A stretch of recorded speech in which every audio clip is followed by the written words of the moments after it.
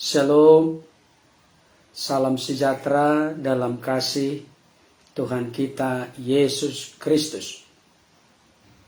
Pada saat ini kita akan masuk kepada topik yang baru, sekalipun tidak terlalu jauh berbeda dengan topik-topik sebelumnya, karena saya akan terus membahas topik seputar Natal. Karena kita tahu puncak kebersamaan kita, orang-orang Kristen di berbagai tempat sudah semakin dekat, yaitu tanggal 25 Desember.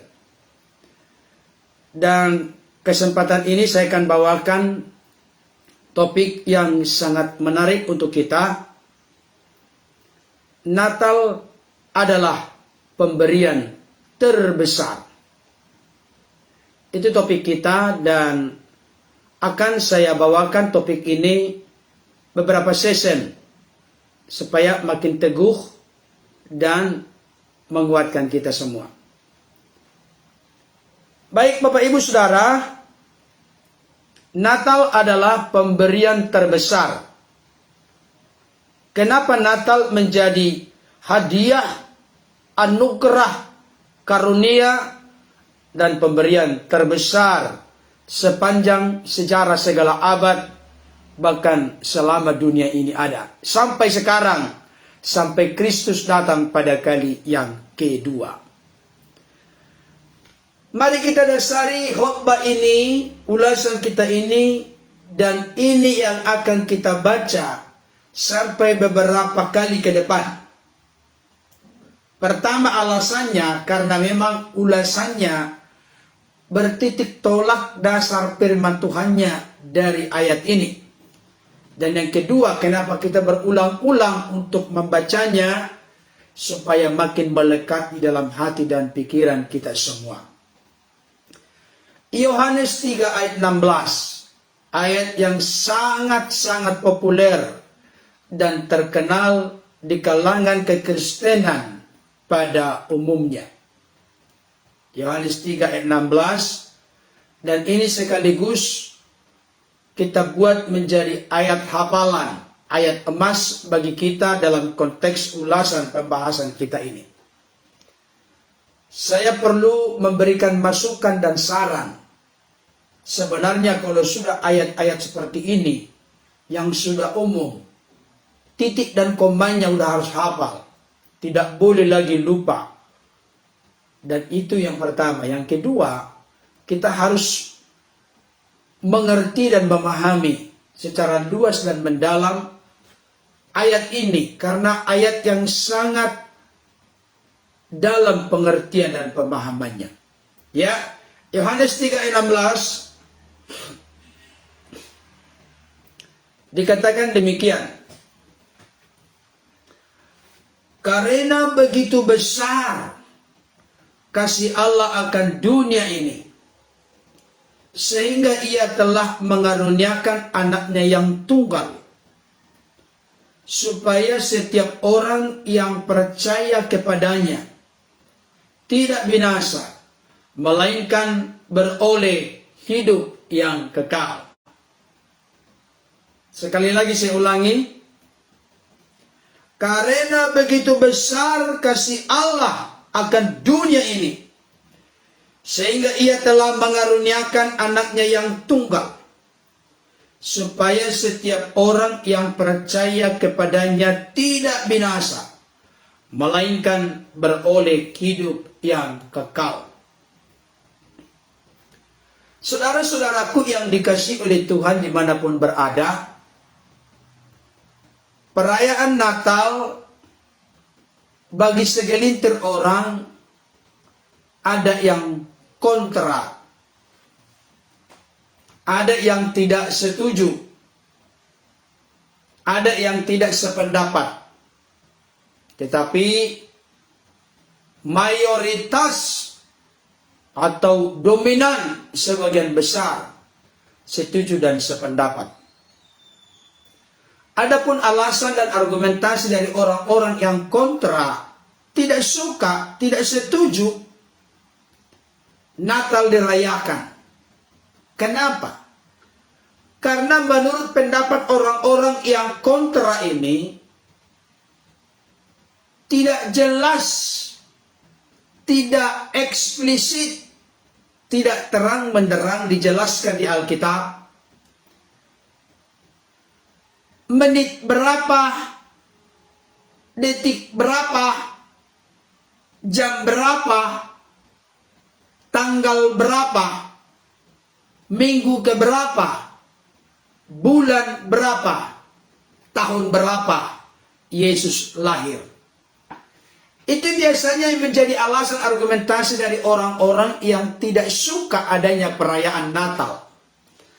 Karena Alkitab tidak menyatakan secara eksplisit tanggal berapa, bulan berapa, tahun berapa Yesus lahir.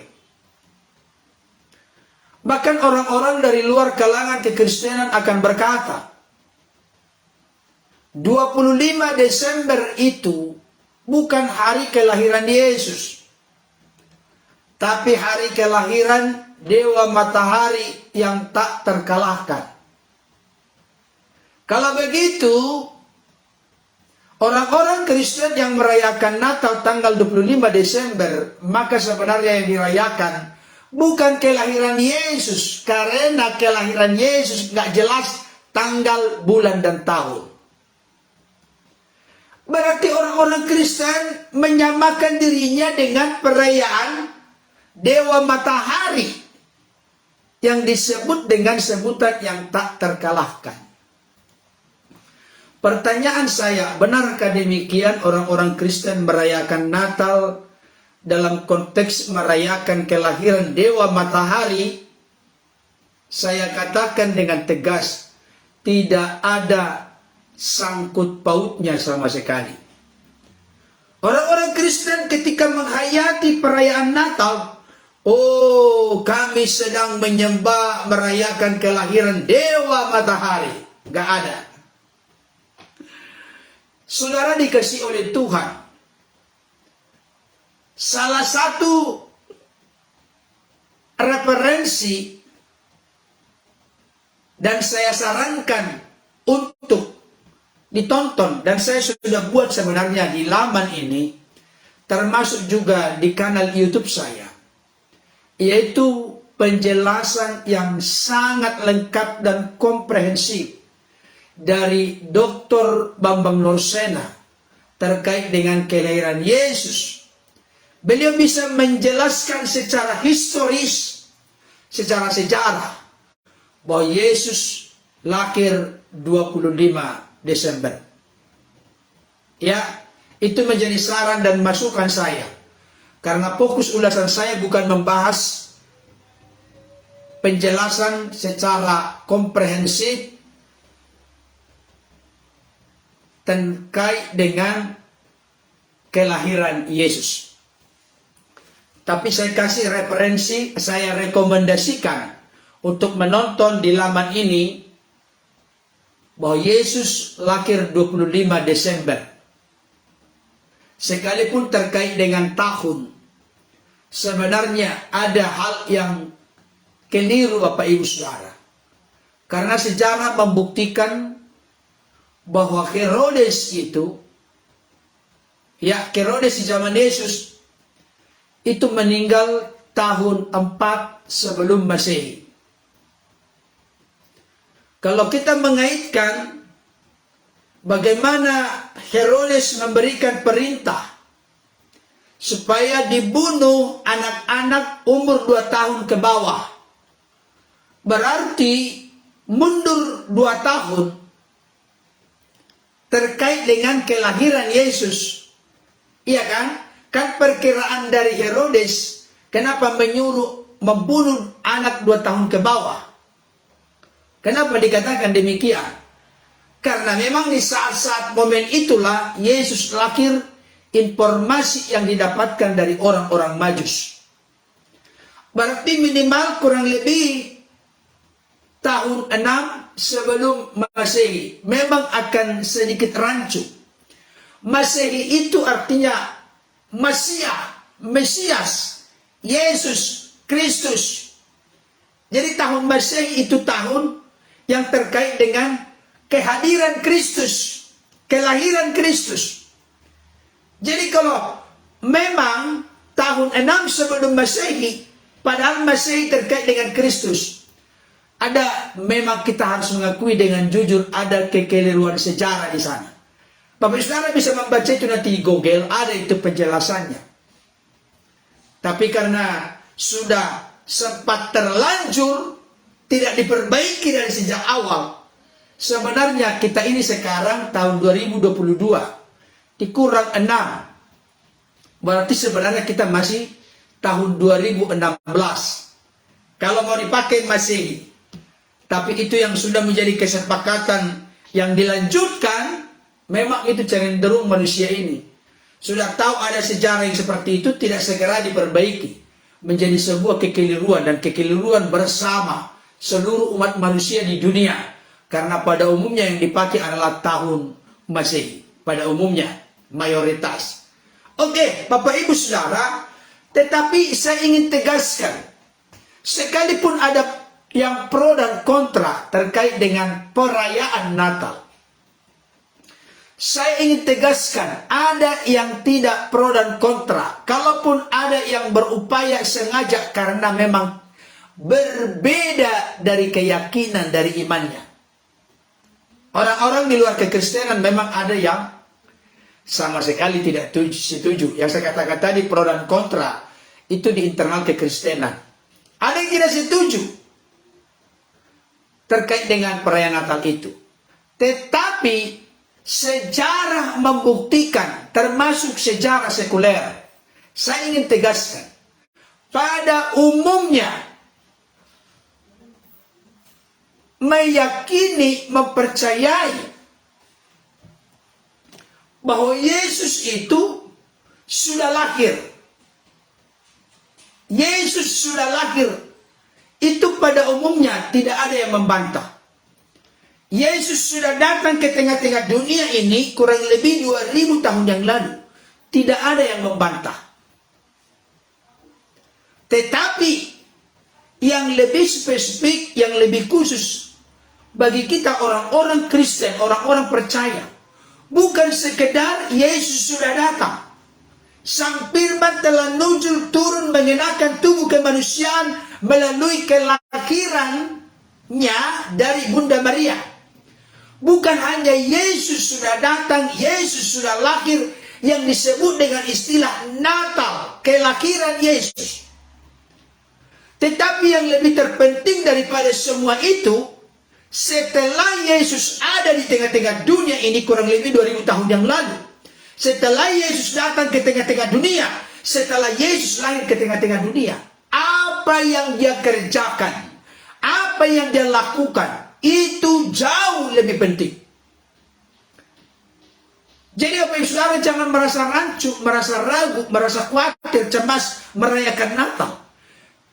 Sekalipun masih ada pro dan kontra terkait dengan tanggal, bulan, tahun, berapa Yesus lahir. Tapi yang jelas tidak bisa disangkal, tidak bisa dipungkiri bahwa Yesus sudah benar-benar lahir di tengah-tengah dunia.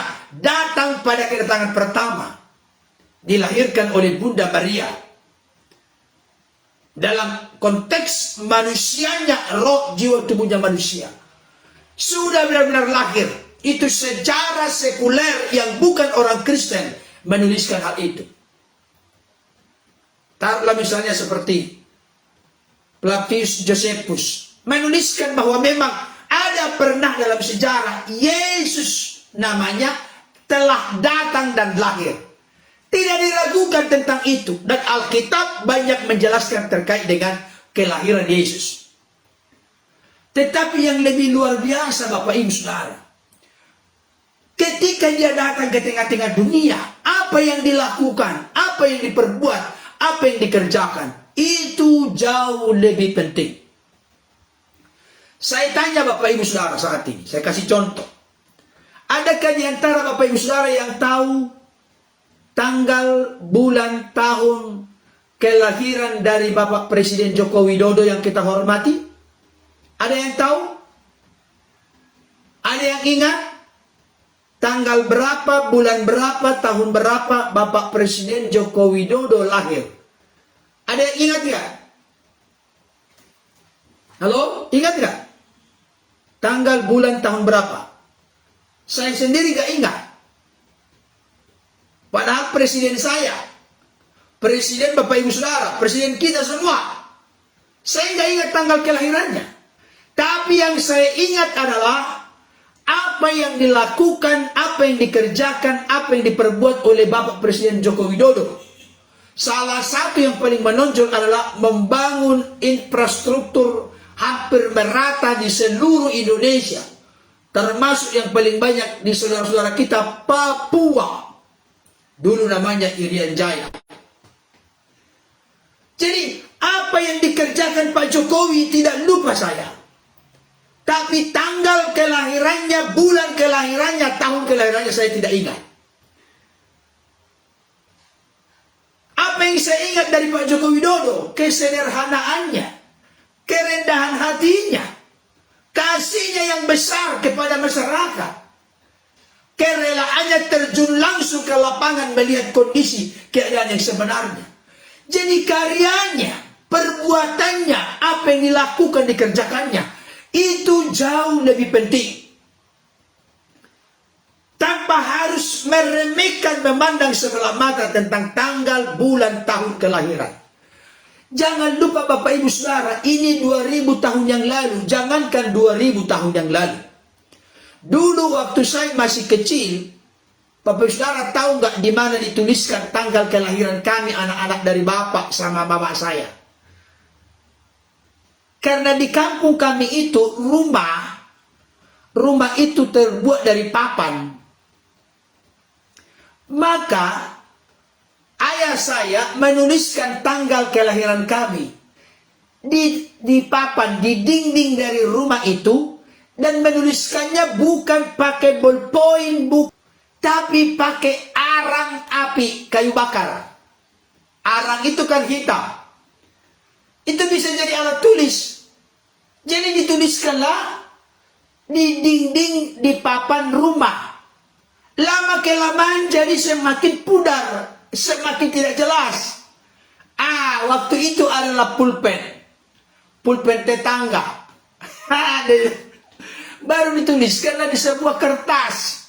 Itu baru tahun 70-an. Tapi coba lihat ini 2000 tahun yang lalu Bapak Ibu Saudara.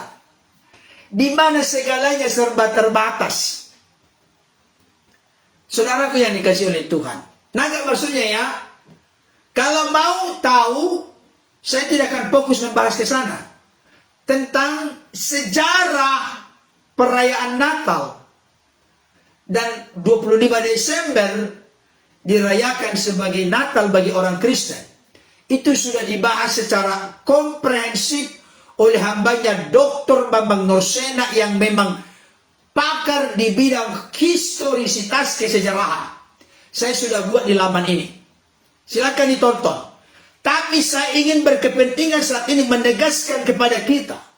Yang pertama yang tidak bisa digugat, Yesus sudah benar-benar lahir di dunia ini. Kurang lebih 2000 tahun yang lalu. Yang kedua, yang lebih utama dan lebih penting, bukan sekedar lahir di dunia ini, tapi dia lakukan apa kepada saudara dan saya, kepada kita semua. Itu jauh lebih penting. Karena hal itulah, karya itulah, perbuatannya itulah, pengorbanannya itulah yang justru menebus dan menyelamatkan, memulihkan hidup kita, mendamaikan kita dengan Bapa. Amin. Jadi tolong Bapak Saudara ya, jangan merasa rancu, kecut tawar hati merayakan Natal. Dia pasti benar-benar sudah lahir. Sejarah sekuler membuktikan, Alkitab membuktikan.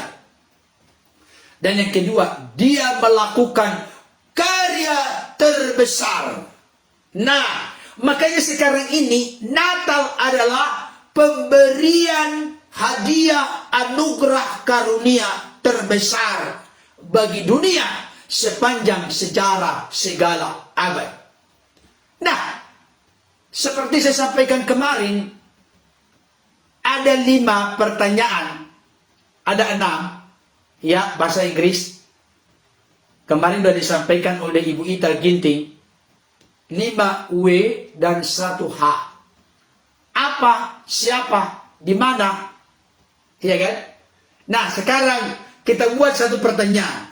Kenapa atau mengapa Natal adalah pemberian, hadiah, anugerah, karunia terbesar bagi dunia sepanjang sejarah segala abad?